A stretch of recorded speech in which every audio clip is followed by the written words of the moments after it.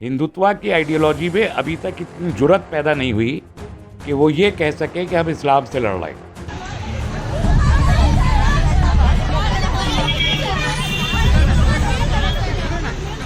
मुद्दा हिजाब नहीं है, इस मुल्क में मुद्दा इस्लाम है। हमेशा लड़की को ही टारगेट क्यों करते हो आप? अभी भी मेरे को ही टारगेट कर रहे हो आप। हिजाब की बात में भी आप लड़की को टारगेट कर रहे हो। उसको जीने दो जिस ढंग से वो जीना चाहती है, उसको अपने मुकाम तक पहुंचने दो, उड़ने दो। वो उसके पैगाम है, वो उसके पर हैं। आप मत काटो, काटने हैं तो अपने आप के काटो। हर थाने में, हिंदुस्तान के हजारों लाख के करीब थाने होंगे, हर थाने में एक मंदिर मौजूद है, उस पर किसी को भी एतराज नहीं है। खौफ उसके अंदर है और उसके लिए वो 140 करोड़ लोगों को डरा रहा है, खौफजदा कर रहा है और इस्लाम से खौफजदा कर रहा है। तो पूरा मुल्क को इस्लामोफोबिक कलर में पेंट करने के लिए इन सिंबल्स का इस्तेमाल किया जा रहा है। नमस्कार, आदाब, सत श्री अकाल। आप देख रहे हैं द नेशन वॉइस और इस वक्त हमारे साथ मौजूद हैं तस्लीम रहमानी साहब, जो कि एमपीसीआई के प्रेसिडेंट हैं और हर मुद्दे पर अपनी एक अलग राय रखते हैं। सर, आपसे सवाल ये है हमारा सबसे पहला कि आजकल हिजाब को लेकर बड़ा कंट्रोवर्सी हो रही है देश में, जबकि अब से पहले बहुत सारे लोग इसका इस्तेमाल करते थे और कोई इस पर ध्यान भी नहीं देता था। हाल ही में मुद्दा सर बहरीन से है, जहाँ पर एक होटल में एक महिला जाती हैं और उसको रोक दिया जाता है। क्या कहना चाहते हैं सर, जिस तरीके की बातें हिजाब को लेकर हो रही हैं उस पर?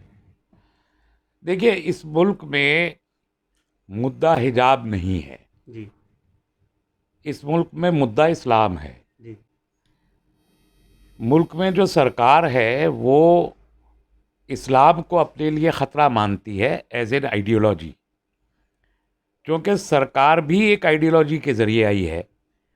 वो सरकार की आइडियोलॉजी हिंदुत्व है और हिंदुत्व के लिए चैलेंज इस्लाम है।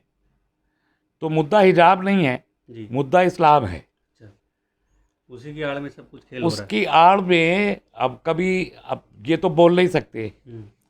हिंदुत्व की आइडियोलॉजी में अभी तक इतनी जुर्रत पैदा नहीं हुई कि वो ये कह सके कि हम इस्लाम से लड़ रहे हैं।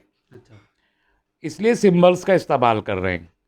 वो सिंबल कभी तलाक होता है, ट्रिपल तलाक, वो कभी हिजाब होता है, वो कभी पोलीगैमी होती है, ताअद्दुद अज़दवाज, वो कभी हलाला होता है, वो कभी ज़्यादा बच्चों का पैदा करना होता है, वो कभी नमाज पढ़ना होता है। जैसे अभी मध्य प्रदेश में एक औरत, एक लड़की जो अपनी क्लास में नमाज पढ़ रही थी, उसको रोक दिया। ऐसा तो 1000 साल से यहाँ रह रहे हैं, सब होता ही है। थानों के अंदर हर थाने में एक मंदिर बना हुआ है, उस पर किसी को एतराज़ नहीं है। इस मुल्क में कोई भी यहाँ पर सरकारी काम होता है नहीं, वो तो स्कूल, फिर भी थाने के अंदर जो एकदम गवर्नमेंट का वो निष्पक्ष होता है, वहाँ पे हर थाने में, हिंदुस्तान के हज़ारों लाख के करीब थाने होंगे, हर थाने में एक मंदिर मौजूद है, उस पर किसी को भी एतराज़ नहीं है। इसी तरीके से कोई भी सरकारी तकरीब, जो सेकुलर डेमोक्रेटिक कॉन्स्टिट्यूशन है, उसमें कोई सरकारी चीज़ का शिलान्यास भी होता है तो नारियल फोड़ा जाता है, जो हिंदू रिचुअल है। राफेल जब सर आया था हिंदुस्तान में, तब भी उन्होंने उस पर स्वास्तिक बना दिया था, तो उस पर प्रॉब्लम नहीं है।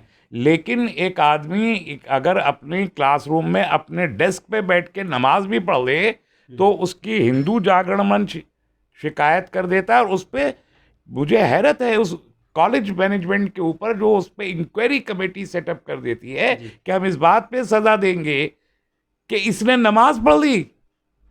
तो गोया नमाज पढ़ना is a crime in this country. इससे मतलब होता है कि जो कॉलेज एडमिनिस्ट्रेशन, एक अकेली लड़की नमाज पढ़ने वाली थी, जो टाइम हो गया था जुमे का, उस पर अगर उसने नमाज पढ़ ली तो गोया शी कमिटेड अ क्राइम, एक इनडिसिप्लिन उसने कमिट कर दिया। तो और अगर आप अभी इसको अदालत में ले जाएं तो अदालत कहेगी कि उसको नमाज वहाँ पे पढ़ना उसके रिलीजियस प्रैक्टिस का इसेंशियल पार्ट नहीं है। तो अब इसके ज़रिए आप सारे मुल्क में कहेंगे, oh no no no no no no, आपने नमाज पढ़ लिया तो आप टेररिस्ट हैं, आप बम फाड़ रहे हैं। गोया नमाज नहीं पढ़ रहे हैं, बम फाड़ रहे हैं, तो आप अब कहीं नमाज नहीं पढ़ सकते। अरे भैया, तो ये एक्चुअली ये पत्ते हैं, ये सारे इश्यूज है, ये पत्ते हैं, जड़ नहीं है।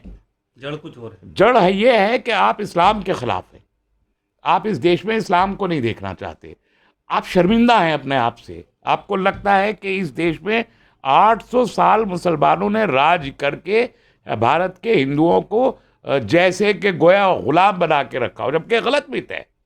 यहाँ कभी कोई गुलाम नहीं था अंग्रेज़ों के अलावा किसी का, हम सब तो साथ ही चले हैं। लेकिन वो जो एक एहसास कमतरी का शिकार एक तबका इस मुल्क में छोटा सा है, 1-2 करोड़ लोगों का एक तबका एहसास कमतरी का शिकार है। खौफ उसके अंदर है और उसके लिए वो 140 करोड़ लोगों को डरा रहा है, खौफजदा कर रहा है और इस्लाम से खौफजदा कर रहा है। तो पूरा मुल्क को इस्लामोफोबिक कलर में पेंट करने के लिए इन सिंबल्स का इस्तेमाल किया जा रहा है।